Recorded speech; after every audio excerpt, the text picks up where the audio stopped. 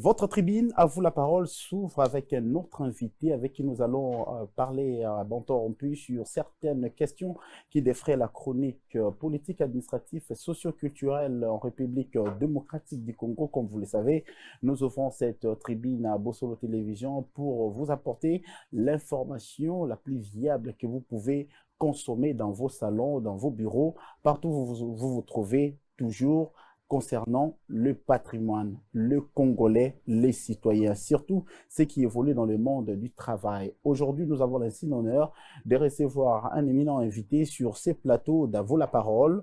Notre magazine reçoit pour ce nouveau numéro M. Fidèle Kiyangi, qui est le président de l'intersyndicale nationale de l'administration publique en République démocratique du Congo. Fidèle Kiyangi, il vient parler avec nous de certaines questions qui taraudent l'esprit de travailleurs et de fonctionnaires congolais, au-delà de tout ce qui a été dit, au-delà de tout ce qui s'est dit, au-delà des promesses. J'ai l'insigne honneur de lui souhaiter le bienvenu. Bienvenue, monsieur Fidèle. Merci, monsieur le journaliste. Vous vous sentez bien? Ça va. Monde de travailleurs, soit des fonctionnaires de l'État, vous défendez. Comment sentez-vous en défendant le travailleur, soit le fonctionnaire congolais naissant au poste de l'INAP? Non, je me sens heureux, mais j'ai aussi en esprit que je n'ai pas encore accompli totalement le devoir, mais que j'ai à réaliser pour les agents et fonctionnaires. Vous avez quel rêve quand vous prenez ces postes de l'UNAP étant président national? C'est de voir les fonctionnaires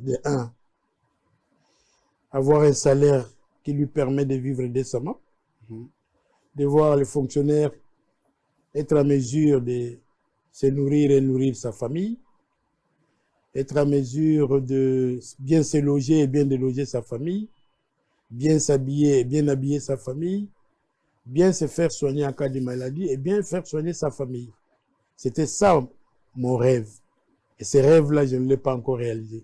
Et quand vous allez le réaliser, pendant que nous y allons lentement. Les pouvoirs politiques aussi ne vous facilitent pas la tâche, il faut qu'on se le dise. Quels sont vos rapports avec les pouvoirs qui se sont succédés? Parce que vous êtes en commun accord avec le ministère de la fonction publique et aussi du travail et de la prévoyance sociale.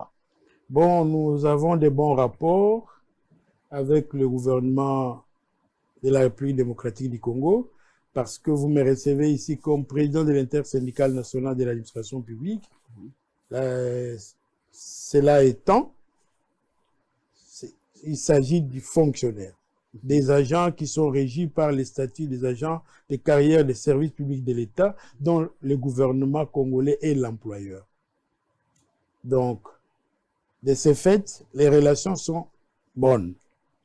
Depuis que nous sommes là, depuis 2013, nous avons connu un temps de turbulence entre 2020 et 2021, parce que la politique a voulu se mêler des problèmes des syndicalistes, mais depuis l'arrivée du gouvernement Sama Lukonde, nous devons le dire à haute voix que nous manquons les mains pour l'applaudir, parce que il a permis d'abord que la crise qu'avait élu domicile dans notre regroupement puisse prendre fin.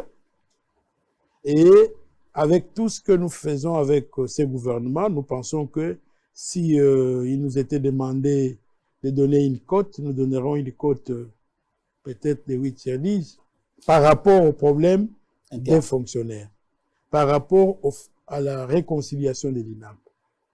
Voilà ce que nous pouvons dire, mais jusque-là, avec le gouvernement, ça va. Mais il ne manque pas de soucis, on n'est pas des amis tous les jours avec le gouvernement. C'est quand même curieux de vous voir attribuer au gouvernement Sama Lukonde des 8/10. C'est déjà une distinction. Aussi longtemps, à chaque fois, il y a des grones sociales, il y a vous avez oublié l'espérance. Avoir des grones sociales, c'est bien. La place Golgotha, il n'y a plus de manifestations à la place Golgotha. En tout cas, depuis que le gouvernement Sama Lukonde est là, nous ne sommes pas encore partis à Golgotha, mais ça ne veut pas dire que tous les problèmes des fonctionnaires ont été résolus. Mais puisque vous attribuez mais ça veut dire, non. Les fonctionnaires qui vous suivent seront contents de ce que vous dites. Oui, j'attribue. Parce qu'ils ont un salaire je vais décent. Le prouver. Ils ont un salaire décent. Je vais le prouver. Allez-y. J'ai attribué 8/10 parce que d'abord, il ne suffit pas d'avoir des problèmes, mais il suffit d'avoir un partenaire qui veut vous écouter. Écoutez, c'est Parce qu'il y a des partenaires, des employeurs qui n'ont même pas besoin du dialogue social. Mais le gouvernement Sama Lukonde a mis au centre de son activité le dialogue social. Ça aboutit à quoi ce dialogue social? Ça aboutit à quoi? Voilà, je vais vous donner un exemple. Aujourd'hui, les Congolais, les agents et fonctionnaires de l'État, on leur retenait 15%, je prends un exemple, 15% de l'IPER. Alors qu'ils n'ont pas de logement, des indemnités de logement, alors qu'ils n'ont pas les indemnités de transport. Mais nous avons demandé au gouvernement Sama Lukonde, en attendant que vous ayez les moyens de payer aux fonctionnaires l'indemnité de transport, l'indemnité de logement, les allocations familiales, mais rabattez l'IPER de 15 à 3%. Comme ça, les 12% va permettre aux fonctionnaires qui ont des primes à payer les loyers, à se payer les transports pour venir au travail. Le gouvernement Sama Lukonde a accepté. Et c'est d'application depuis le mois de janvier. Et ça représente quoi les 13% que vous avez rabattis? Les 12% rabattis représentent, je vous donne un exemple typique. Pour un fonctionnaire qui gagne à peine 100 000 francs congolais. Ça, c'est les salaires. Sur les salaires, il n'y a pas l'hyper de 15%. Moi, je parle de primes. Un fonctionnaire qui a 3 millions de primes, vous lui retenez 15%. Vous savez ce que ça représente? 10%, ça représente combien? Ça représente 300 000. 15%, ça représente 450 000. À ces fonctionnaires-là, nous obtenons du gouvernement Sama Lukonde les rabattements jusqu'à 3%.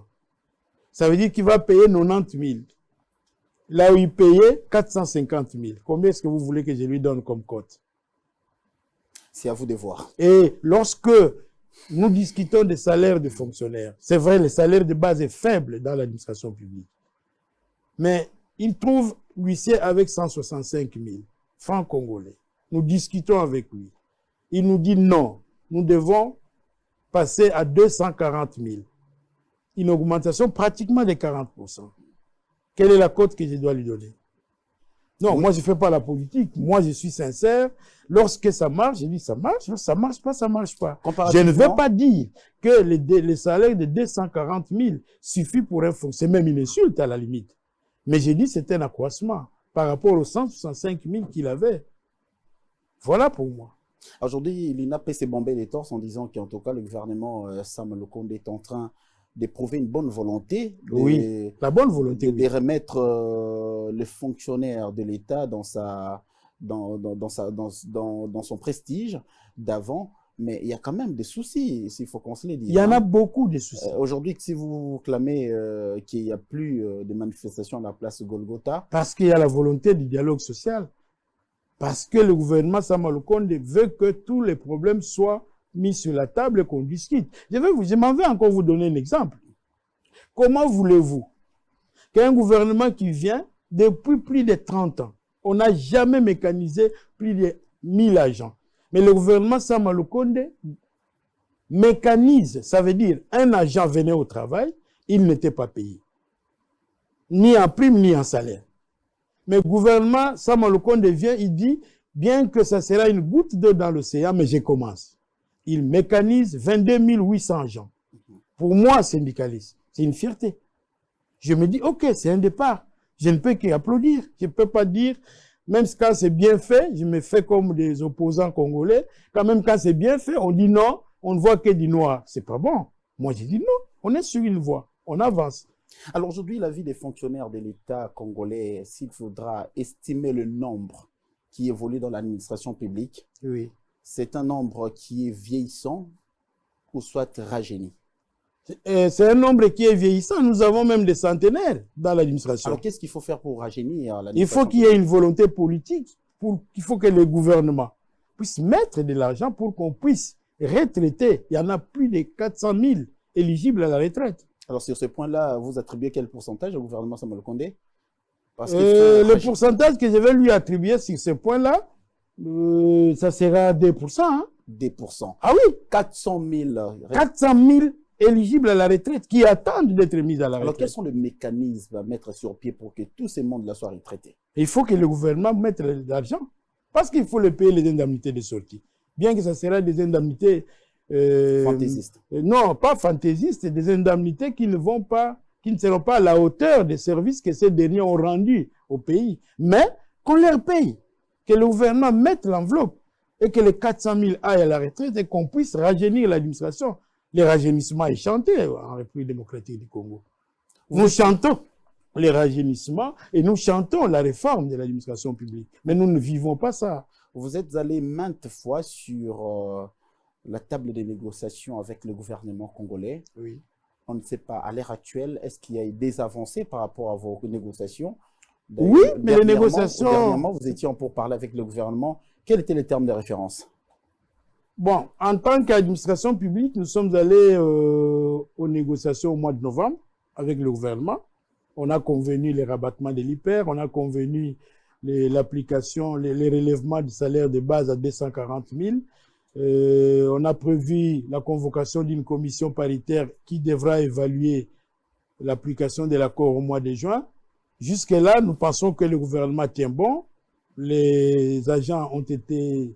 L'IPER a été rabattu, les salaires de 240 000 sera payé au mois d'avril ici, et la convocation de la commission paritaire est en route, et la mécanisation de 22 800 agents, ça a été chose faite. Nous pensons que c'est comme ça qu'on devrait travailler. On n'entendra plus parler de gronde sociale, comme je vous ai dit, la place Golgotha. Non, non. Parce que vous le jour où nous vous estimez estimerons que le gouvernement Sama Lukonde a 8 sur 10 par rapport à son action à l'endroit des fonctionnaires de l'État. Oui. C'est le président de l'INAP qui l'engage. Oui. Mais on ne sait pas les fonctionnaires qui sont à Likasi, ceux qui sont en Bandaka, ceux qui sont à Kisangani, seront d'avis avec ce que vous parlez? Non, ils ne seront pas d'avis. Moi, je ne parle pas de ce que le gouvernement Sama Lukonde a fait. Je parle de la volonté de trouver des réponses aux problèmes des fonctionnaires sur la table de négociation. Ça, c'est 8 sur 10 pour les gouvernements Sama Lukonde. Parce qu'il est ouvert. Et dans les faits. Mais maintenant, il fait quelque chose. Je vous ai dit ce qu'il a déjà fait. Par exemple, j'ai parlé de la mécanisation des 22 800 agents. Je vous ai parlé de l'urbatement de l'IPER. Je vous ai parlé du relèvement du salaire. Et la mécanisation va continuer. Nous savons plus de 1 200 000 agents. Et sur les 1 200 000, il n'y a que 200 000 qui sont payés en salaire.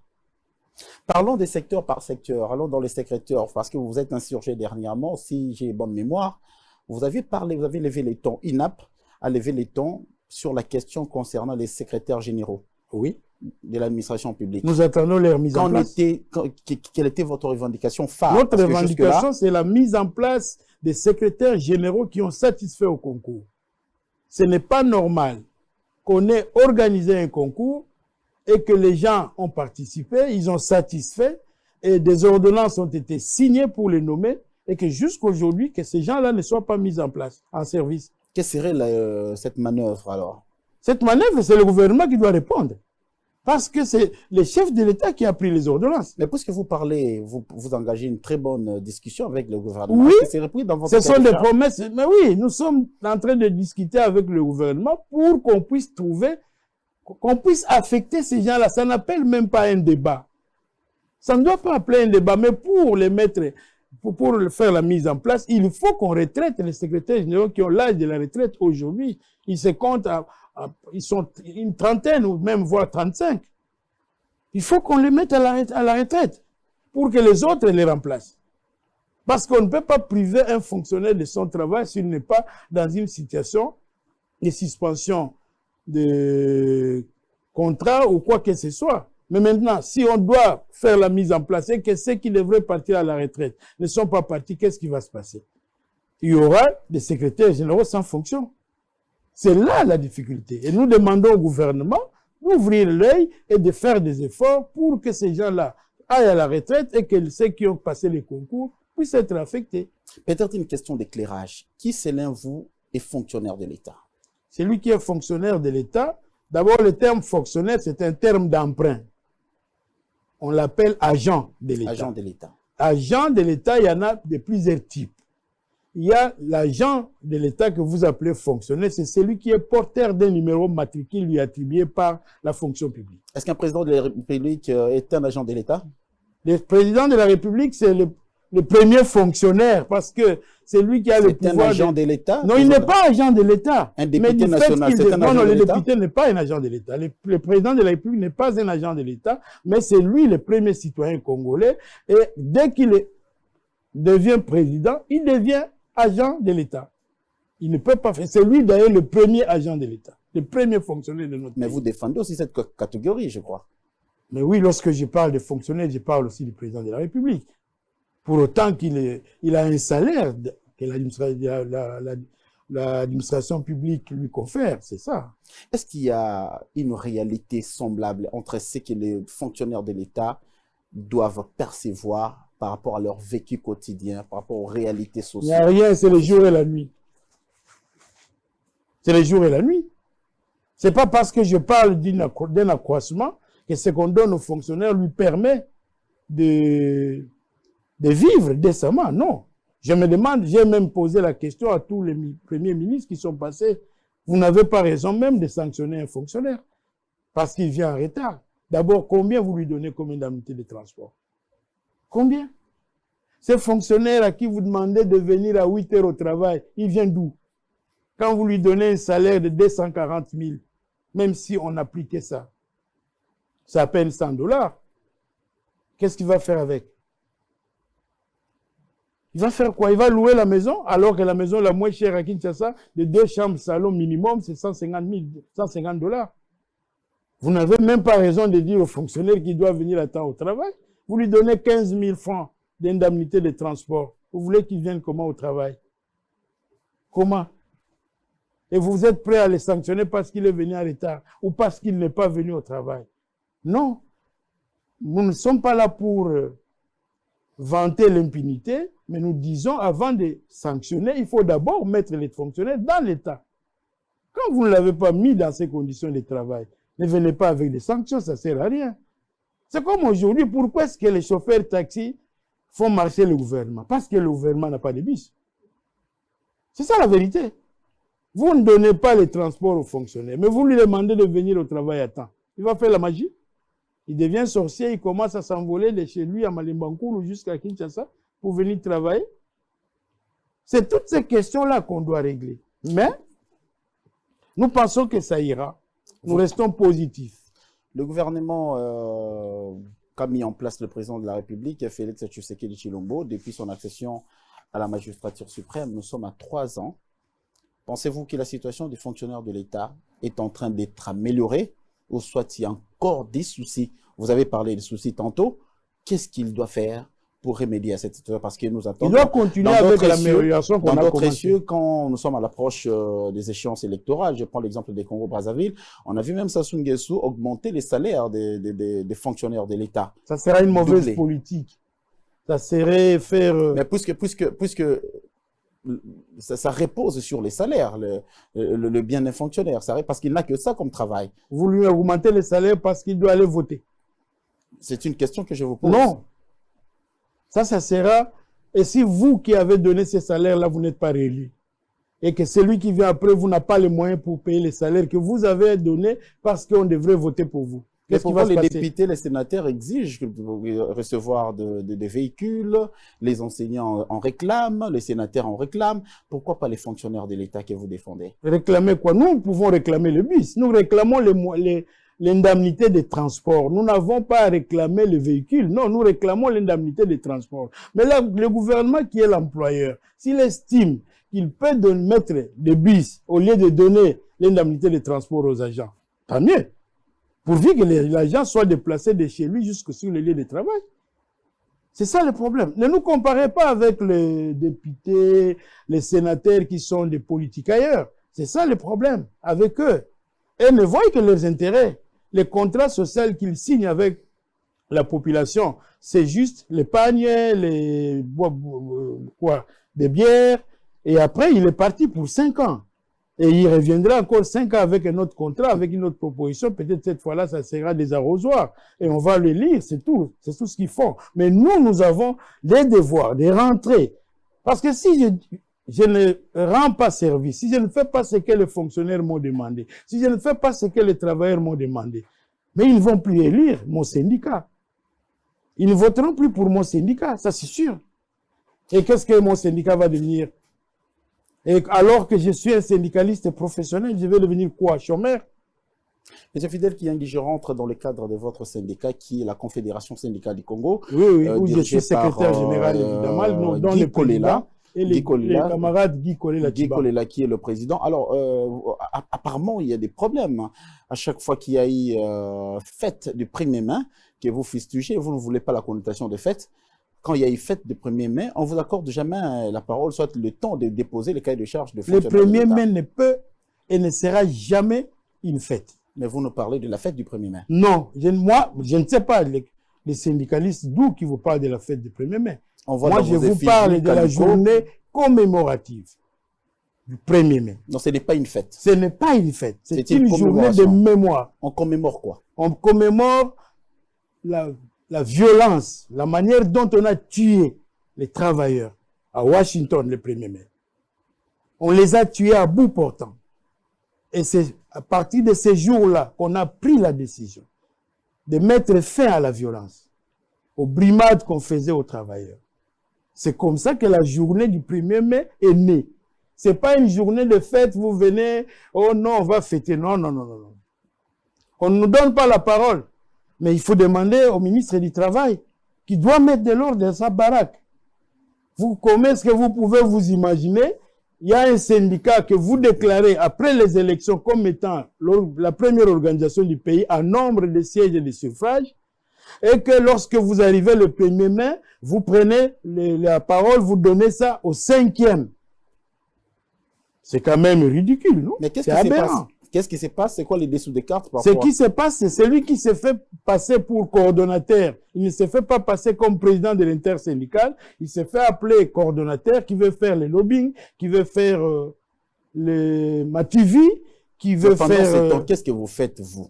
Nous, la Confédération syndicale rentre dans sa façon de voir le 1er mai. Elle organise ses manifestations à sa manière ce qui vous et ne participe pas à ce que le gouvernement fait. D'abord, cette façon-là de se retrouver avec le gouvernement, c'est dans quelle tradition? Il n'y a qu'au Congo, Kinshasa, ça s'est fait. Est-ce que M. Fidèle Kiangi peut se dire aujourd'hui qu'il n'a jamais participé à cette célébration avec pompe? J'ai participé. Il y a eu des défilés. J'ai participé comme observateur, on me connaît trop bien. J'y vais malgré moi. Parce que c'est d'abord ridicule. Je vais vous donner un exemple.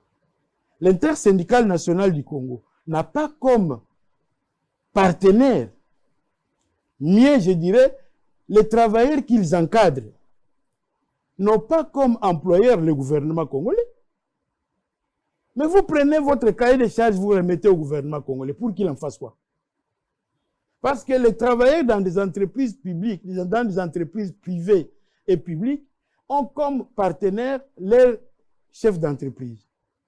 Le gouvernement est un organe régulateur. Mais vous allez remettre votre cahier de charges au gouvernement pour qu'il en fasse quoi? Et après, vous vous étonnez du fait que depuis que vous déposez les cahiers de charges, vous n'avez jamais eu de réponse. Quelle réponse le gouvernement va vous donner?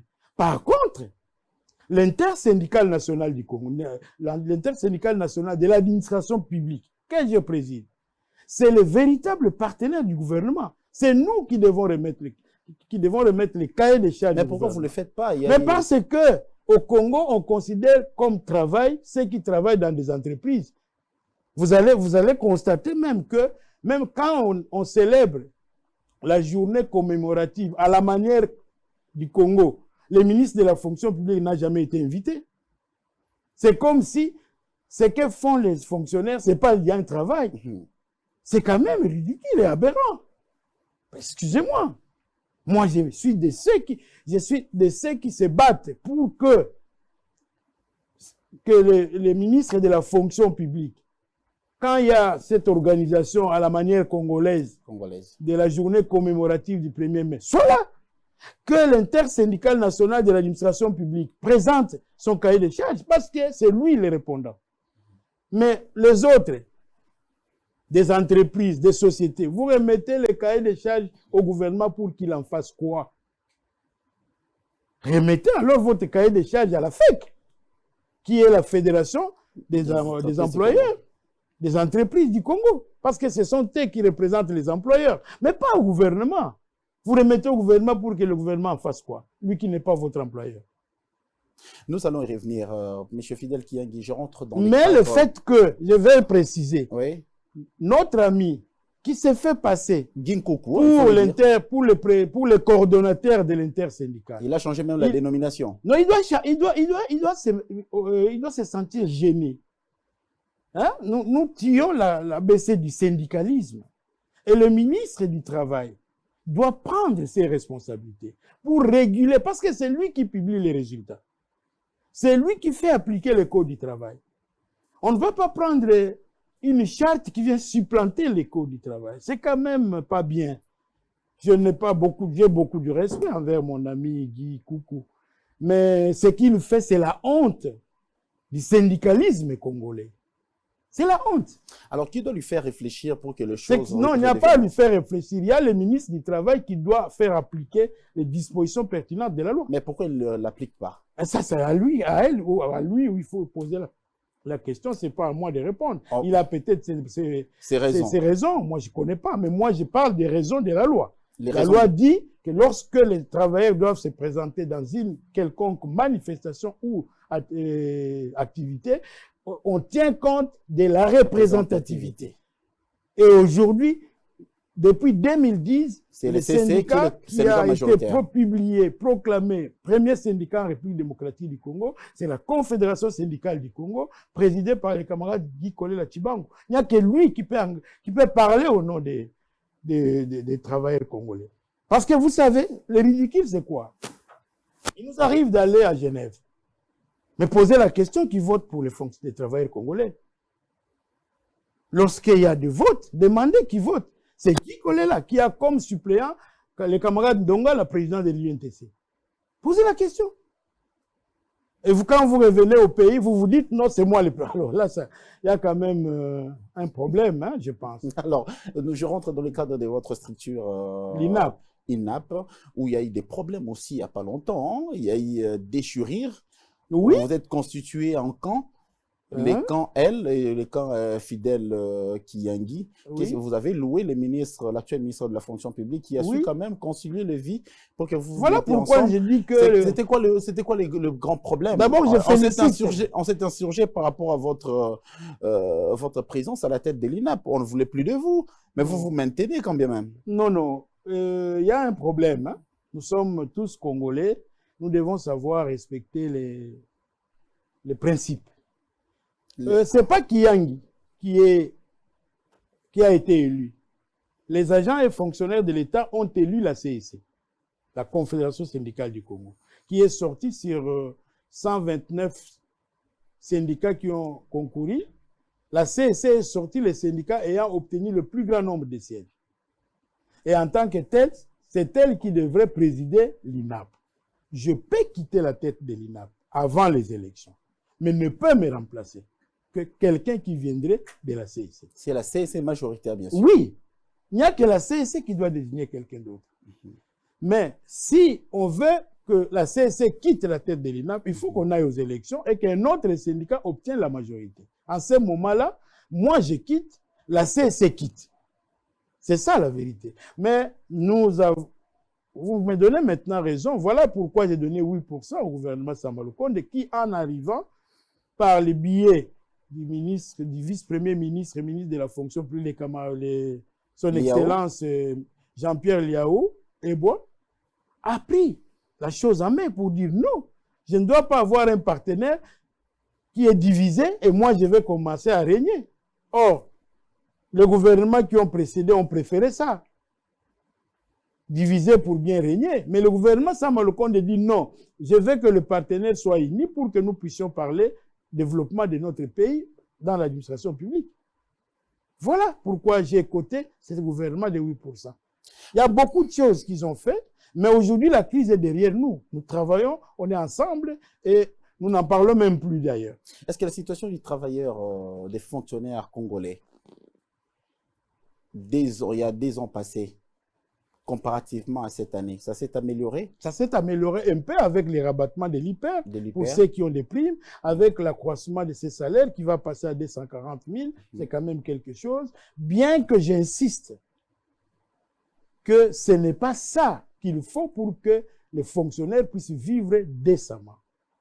La situation demeure difficile parce que sur 1 million, voire 1 million 200, il n'y a que 200 000 qui sont payés en salaire de base.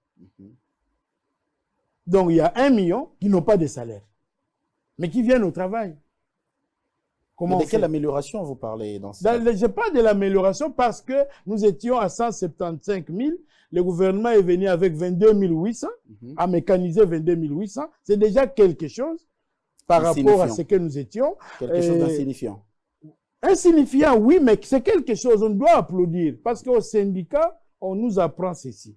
Vous pouvez demander 10, mais si on vous donne 1, vous prenez d'abord et vous continuez à revendiquer. Ça, c'est la politique syndicale. Oui. On ne va pas rejeter ça. Parce qu'on ne va pas dire que, bon, comme on n'a pas mécanisé 1 million, nous prenons les 22 800 n'allez pas toucher les salaires. Non. Nous redisons oui, bravo, mais continuons. C'est ça.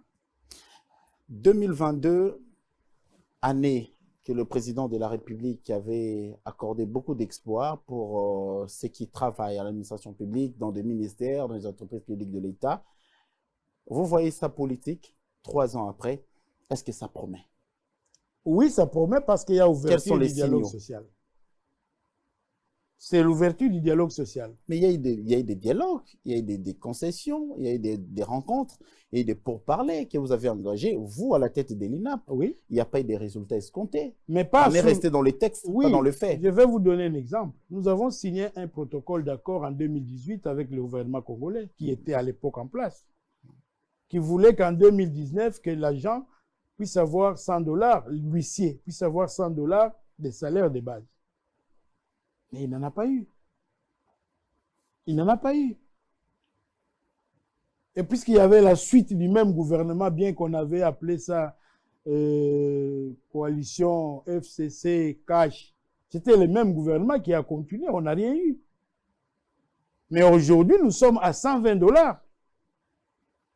Parce qu'il y a un gouvernement qui a accepté que nous puissions nous mettre autour de la table et que nous puissions parler. Comment ne pas dire merci? Bien qu'ils font leur devoir, mais j'ai le devoir, moi, en tant que partenaire, de dire merci beaucoup. Et j'applaudis cette ouverture du dialogue social. Les pouvoirs politiques doivent jouer quel rôle pour remettre les fonctionnaires de l'État à son assiette et dans ce droit? Donner aux fonctionnaires tout ce qu'il lui faut pour travailler et pour vivre décemment. C'est ça que les pouvoirs politiques. Qu'est-ce qu'il faut aux travailleurs, aux fonctionnaires congolais? Ce qu'il faut aux fonctionnaires congolais aujourd'hui. Pour qu'ils rendent, pour qu'ils donnent un rendement probant. Mais c'est ce que j'ai dit, il faut lui donner un salaire qui lui permet. En contrepartie, qu'est-ce qu'il lui donne? Lui vient travailler. Parce qu'on voit des fonctionnaires qui passent 8 heures du temps au travail, pas dans le travail. Les fonctionnaires qui passent 8 heures du temps au travail, mais pas dans le travail, pourquoi? Comment voulez-vous rester dans le travail lorsque vous avez un transport de 15 000 francs congolais? Mais alors pourquoi vous vous déplacez? Parce qu'on ne vous paye pas. Je viens. 15 000 francs congolais, vous voulez que je reste 8 heures? Les fonctionnaires se déplacent avec la mendicité, grâce à la mendicité, pour venir travailler pour le pouvoir congolais, pour le gouvernement congolais, pour le peuple congolais. Je me déplace grâce à la mendicité. Lorsque je tombe malade, je me fais soigner grâce aux cotisations familiales. Voyez-vous? Et lorsque je meurs, ce sont les cotisations qui m'enterrent. Est-ce que c'est normal, ça? Mais vous, je ne sais pas, président Fidel Kiyani, oui. Il faut qu'on soit concret dans ce qu'on dit. Oui. Vous voulez un changement. Oui. Le changement part du point A au point B. Oui. Le fonctionnaire congolais, c'est un fonctionnaire de l'État. Oui. Qui rend service oui. Après, comment dirais-je, gagner sur base de son sacrifice. Oui, mais qu'est-ce qu'il gagne? Aujourd'hui, on se rend compte que les fonctionnaires congolais, pour la plupart, passent 8 heures du temps au travail qui est du travail. Oui. C'est quoi le facteur? Moi, je ne veux pas ici encourager cela. Mais j'ai dit, je vous donne des raisons. Mais parce que si on vous entend parler, vos guéguerres avec le gouvernement, c'est toujours vous n'avez pas fait, vous n'avez pas fait, vous ne vous rendez pas compte de ce que le fonctionnaire doit faire. Non. Parce qu'aujourd'hui, je vous prends au mot, les fonctionnaires, pour la plupart, on connaît ceux qui évoluent dans des entreprises publiques. Il y a un fonctionnaire qui touche à peine 200 et quelques 1000 francs congolais, mais ils construisent des immeubles. Par quel mécanisme? On ne sait pas. Il y a des fonctionnaires de l'État qui sont dans des ministères, qui sont dans des entreprises publiques, qui ne touchent qu'à peine, mais ils roulent dans des très jolies voitures. On se pose des questions, d'où vient cet argent aussi longtemps? Ils sont derrière le gouvernement pour clamer haut et fort, on n'a pas de salaire. Mais le syndicat n'a pas comme mission de chercher à savoir avec quoi les fonctionnaires achètent la voiture, avec quoi les fonctionnaires construisent des immeubles. Nous, notre mission, c'est de savoir qu'est-ce qu'on doit payer aux fonctionnaires. Mais qu'est-ce que les fonctionnaires font à contrepartie?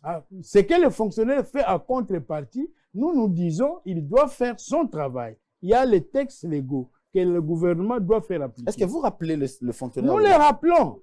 Mais maintenant, les fonctionnaires nous disent oui, nous sommes prêts à faire ce que vous nous demandez. Mais où est le salaire? Où est le logement? Où est le transport? Où sont les allocations familiales? Vous répondez comment? Vous voulez que votre enfant vous amène de bons points à l'école? Pendant que vous ne payez pas les minervales, on les chasse tous les jours? Vous attendez quel résultat? Votre garçon doit aller à l'université de Kinshasa. Vous savez bien que là-bas, on cote les syllabus. Tu ne donnes pas l'argent pour qu'il achète les syllabus. Tu attends quel résultat? Soyons-en nous-mêmes responsables. Le gouvernement doit attendre quoi? Le gouvernement attend ce que... Mais c'est du donnant-donnant. Il y a un joueur malheureusement congolais qui avait dit une fois ici. Mamale. Mbongo Mouké, Balmouké. Pourquoi il avait dit ça? Non, je n'encourage pas ça. Mais je demande au gouvernement... Mais quand le président de l'intersyndicale nationale de l'administration publique sort ces paroles-là, non, je ne les sors pas pour dire que c'est ce que les fonctionnaires doivent faire. Mais c'est ce qu'ils font malheureusement. Je les sors pour demander au gouvernement de mettre les fonctionnaires dans les conditions qu'il faut pour attendre d'eux les résultats qu'il faut. C'est ça la vérité. Laissa punda punda laissa yo. 9 ans à la tête de l'INAP, Fidèle Kiyangi. Comment vous évaluez votre parcours? Vous avez bien défendu les fonctionnaires de l'État? Ou soit vous avez encore des soucis? Vous avez une mission qu'il faut achever? J'ai le souci de n'avoir pas encore accompli mon travail, mon devoir, de ne pas avoir donné aux fonctionnaires ce qui était mon rêve. Ça dépend de vous? Ça ne dépend pas de moi, mais quelque part, j'ai une part de responsabilité parce que c'est moi qui devrais amener le gouvernement à faire ce qu'il devrait faire pour les fonctionnaires. Ça bloque? Vous n'avez pas un partenaire qui vous facilite la tâche, c'est ça? Non, nous avons un partenaire maintenant qui nous facilite la tâche. Je l'ai dit, je ne vais pas me contredire, ne vous en faites pas, vous pouvez me poser la question. Non, vous êtes libre, je reste. Vous avez libre de répondre. J'ai aujourd'hui un partenaire qui est ouvert au dialogue social. Mais ce que nous devrions faire, c'est quoi? En prenant la tête de l'INAP, en prenant la présidence pour représenter les fonctionnaires, qu'est-ce que nous attendions? Nous attendions à ce que les fonctionnaires puissent avoir un bon salaire, qui lui permet de nouer les débuts du mois, qu'il ait un bon logement, qu'il s'habille bien et qu'il se fait soigner comme il faut lorsqu'il tombe malade et que, arrivé le moment de la retraite, qu'il soit mis à la retraite. Et que s'il décède par malheur, qu'il soit enterré dignement. Mais jusqu'au moment où je parle, je n'ai pas obtenu les salaires qu'il faut pour les fonctionnaires. Les logements, il n'y en a pas. L'indemnité de transport, je vous ai dit, c'est 15 000, c'est même ridicule. Et les fonctionnaires se font soigner avec des cotisations familiales. Ils se déplacent grâce à la mendicité. Ça veut dire que j'ai le souci, 9 ans après, que la mission que m'avaient donné les fonctionnaires, je ne l'ai pas encore accomplie. Vous êtes tenté de rentrer à ces postes-là? Avant de rentrer là-bas, je voudrais dire une chose. Ça ne veut pas dire que notre bilan est négatif. Notre bilan est par contre progressiste. Est-ce que vous êtes prêt à représenter encore l'INAP aux prochaines élections? Ça dépendra de la Confédération syndicale du Congo. Monsieur Fidèle Kiyangi, êtes-vous prêt de représenter l'INAP aux prochaines élections en tant que président de l'intersyndicale nationale? Non, je suis prêt à me battre pour que la Confédération syndicale du Congo, CSC, demeure la première organisation syndicale à la tête de l'administration publique et de laisser la CSC la libre liberté d'envoyer, de me garder là-bas ou d'envoyer quelqu'un d'autre. Vous avez tout dit. Merci à vous qui nous avez suivis partout à travers le monde. Vous avez suivi M. Fidel Kiangi, qui est le président de l'inter-syndical national de l'administration publique. Il a parlé avec son cœur. Les élections à venir, comment cela va se dessiner, la reconnaissance du syndicat majoritaire Confédération syndicale du Congo, étant que syndicat majoritaire de la République démocratique du Congo, le 1er mai n'est pas une fête, c'est une commémoration que les Congolais doivent savoir. Tous les fonctionnaires, là où vous vous trouvez, votre représentant a parlé dans cette tribune. Vous avez la parole. Tous les plaisirs étaient pour nous. Merci également à Précieux Miyoko qui a assuré la réalisation de cette émission avec toute son équipe. D'ici là, portez-vous bien. On se retrouve dans un prochain numéro. Au revoir.